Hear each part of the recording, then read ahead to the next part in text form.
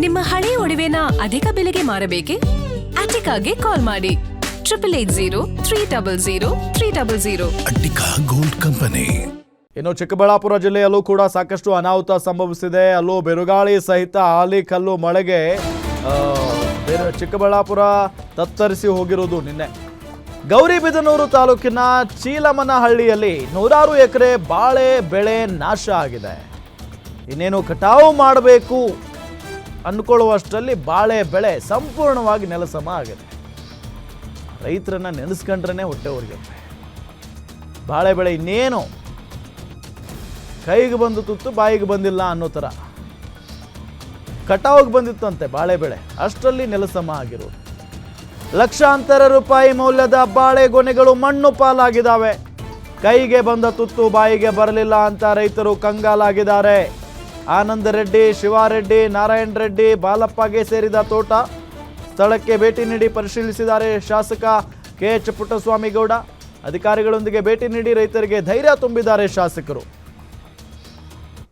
2 ಎಕರೆಯಲ್ಲಿ ಬಾಳೆ ಹಾಕಿದ್ವಿ. ಸಾಲ ಮಾಡಿ 10 ಲಕ್ಷ ಸಾಲ ಮಾಡಿ ಬೆಳೆ ಹಾಕಿದ್ವಿ. ರಾತ್ರಿ ಬಿದ್ದಿದ್ದು ಮಳೆ ಗಾಳಿಗೆ ಆಲಿಕಲ್ಲು ಬಿದ್ದು ನಮ್ಮ ಬೆಳೆ ಎಲ್ಲ ನಾಶ ಆಗಿದೆ. ನೋಡಿ, ಬಾಯಿಗೆ ಬಂದಿರೋ ತುತ್ತು ಕೈಗೆ ಬಂದಿರೋ ತುತ್ತು ಬಾಯಿಗೆ ಬಂದಂಗೆ ಆಗ್ಬಿಟ್ಟೈತೆ. ಸರ್ಕಾರ ಎಚ್ಚೆತ್ಕೊಂಡು ನಮಗೇನು ನಷ್ಟ ಪರಿಹಾರ ಕೊಡ್ಸೋಕ್ಕೆ ನಾವು ಮನವಿ ಮಾಡ್ತಾಯಿದ್ವಿ. ನಾವು 2 ಎಕರೆಯಲ್ಲಿ ಬಾಳೆ ಹಾಕಿದ್ವಿ. ಸಾಲ ಮಾಡಿ 10 ಲಕ್ಷ ಸಾಲ ಮಾಡಿ ಬೆಳೆ ಹಾಕಿದ್ವಿ. ರಾತ್ರಿ ಬಿದ್ದಿದ್ದು ಮಳೆ ಗಾಳಿಗೆ ಆಲಿಕಲ್ಲು ಬಿದ್ದು ನಮ್ಮ ಬೆಳೆ ಎಲ್ಲ ನಾಶ ಆಗಿದೆ. ನೋಡಿ, ಬಾಯಿಗೆ ಬಂದಿರೋ ತುತ್ತು ಕೈಗೆ ಬಂದಿರೋ ತುತ್ತು ಬಾಯಿಗೆ ಬಂದಂಗೆ ಆಗ್ಬಿಟ್ಟೈತೆ. ನಾವಿವತ್ತು ನಮ್ಮ ಒಂದು ಒಳ್ಳೆ ರೈತರು, ಬಾಳೆ ಬೆಳೆದಂಥ ರೈತ ಆನಂದ್ ರೆಡ್ಡಿ ಅವ್ರ ತೋಟದಲ್ಲಿದ್ದೀವಿ. ಏನಂತಂದರೆ, ನಾವು ಹಿಂದೆ ಒಳ್ಳೆ ತೋಟ ಮಾಡಿದ್ವಿ. ಅವರು ಅಂಗಾಂಶ ಕೃಷಿ ಬಾಳೆ ಗಿಡನೇ.